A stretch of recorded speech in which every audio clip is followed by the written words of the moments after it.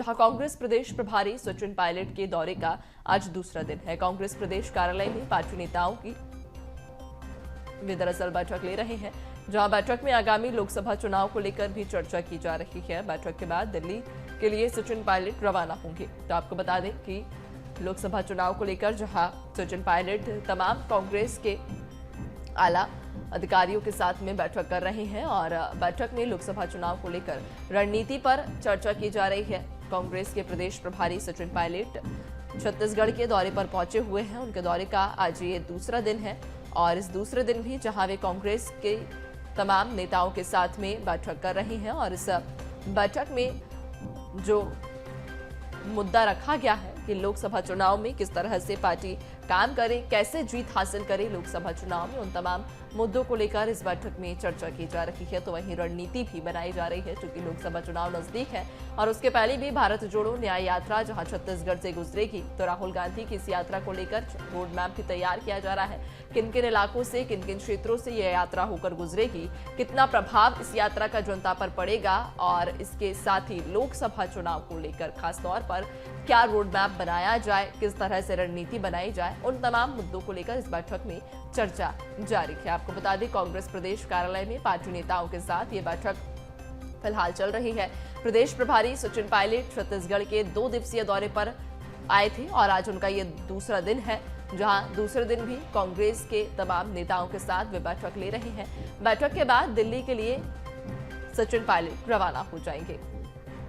तो कांग्रेस प्रदेश प्रभारी सचिन पायलट छत्तीसगढ़ के दौरे पर आए हुए हैं। दूसरा दिन है आज उनके दौरे का और इस दूसरे दिन में वे जहां पार्टी नेताओं के साथ में बैठक कर मुलाकात कर रहे हैं, सभी से लोकसभा चुनाव को लेकर रणनीतियों पर भी चर्चा की जा रही है कि किस तरह से लोकसभा चुनाव में पार्टी काम करे और ज्यादा से ज्यादा सीटों को अपने पाले में करे। इन तमाम मुद्दों को लेकर बैठक में चर्चा भी जारी है। रोड मैप बनाया जा रहा है खासतौर पर लोकसभा चुनाव और उसके पहले जहां राहुल गांधी भारत जोड़ो न्याय यात्रा निकालने वाले हैं, उसको लेकर भी छत्तीसगढ़ में किन किन रूटों को तैयार किया जाए, किस रूट से इस यात्रा को गुजारा जाएगा, इन तमाम मुद्दों पर, विषयों पर चर्चा जारी है।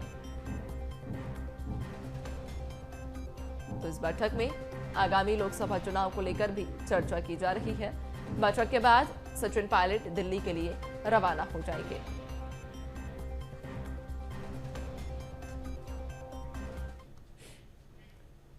और ज्यादा जानकारी लेंगे, सहयोगी शिखर हमारे साथ जुड़ गए हैं रायपुर से। शिखर, प्रदेश प्रभारी सचिन पायलट छत्तीसगढ़ के दौरे पर बने हुए हैं, दूसरा दिन है उनके दौरे का, बैठक भी कांग्रेस नेताओं के साथ जारी है।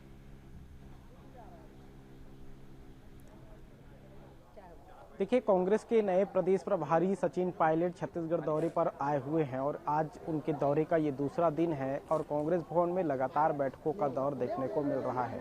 कल जिस तरह से प्रदेश कार्यकारिणी की बैठक सचिन पायलट लेते हुए नजर आए थे, वैसे ही आज प्रदेश चुनाव समिति की बैठक जो है वो ली जा रही है और इस बैठक में आगामी लोकसभा चुनाव को लेकर चर्चा की जा रही है। इसके साथ ही अगर बात की जाए तो जिस तरह से पूरी बैठक आयोजित की गई है उसमें प्रदेश चुनाव समिति के तमाम जो बड़े नेता हैं वो शामिल हैं। नेता प्रतिपक्ष चरणदास महंत के साथ ही पूर्व मंत्री पूर्व गृह मंत्री ताम्रध्वज साहू, रवीन्द्र चौबे समेत तमाम जो बड़े नेता हैं वो शामिल हैं और चुनाव की आगामी जो रणनीतियाँ हैं उन रणनीतियों को लेकर चर्चा की जा रही है। और जिस तरह से पूरी बैठक कांग्रेस चुनाव समिति की हो रही है उसको देखकर ही साफ तौर पे कहा जा सकता है कि आगामी लोकसभा चुनाव की रणनीतियां तैयार करने को लेकर ये पूरी बैठक आयोजित की गई है। इसके साथ ही आगामी दिनों में राहुल गांधी भारत जोड़ो न्याय यात्रा निकालने जा रहे हैं और ये न्याय यात्रा जो है छत्तीसगढ़ से होकर गुजरेगी। छत्तीसगढ़ के 5 जिले जो है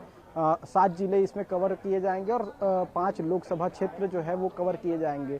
तो कैसे रोड मैप छत्तीसगढ़ में तैयार किया जाए उन विषयों को लेकर भी चर्चा की जा रही है। तो साफ तौर पे कहा जा सकता है कि जिस तरह से आज चुनाव समिति की बैठक हो रही है तो आगामी लोकसभा चुनाव के साथ ही कई महत्वपूर्ण विषय हैं जिन विषयों पर चर्चा सचिन पायलट करते हुए नजर आ रहे हैं। जी हाँ, बिल्कुल, कई महत्वपूर्ण विषय तो रहेंगे ही शिखर, चूंकि लोकसभा चुनाव भी नजदीक है। क्या लगता है इस बार लोकसभा चुनाव में कौन कौन से मुद्दों को लेकर कांग्रेस जमीनी स्तर पर उतरेगी? चूंकि इसके पहले जहां अभी 5 साल कांग्रेस सरकार में थी, लेकिन अब विपक्ष में रहकर कौन से मुद्दे उठाने की कोशिश करेगी पार्टी? 2019 में लोकसभा चुनाव हुए थे, उस दौरान कांग्रेस को महज 2 सीटें ही मिली थी। और जिस तरह से ये 2 सीटें जीतकर कांग्रेस आई थी, उसमें से एक सीट बस्तर की और दूसरी सीट कोरबा की, जहां कांग्रेस को जीत मिली थी। इस बार जो टारगेट तय किया जा रहा है वो सभी 11 लोकसभा सीटों को लेकर टारगेट तय किया जा रहा है।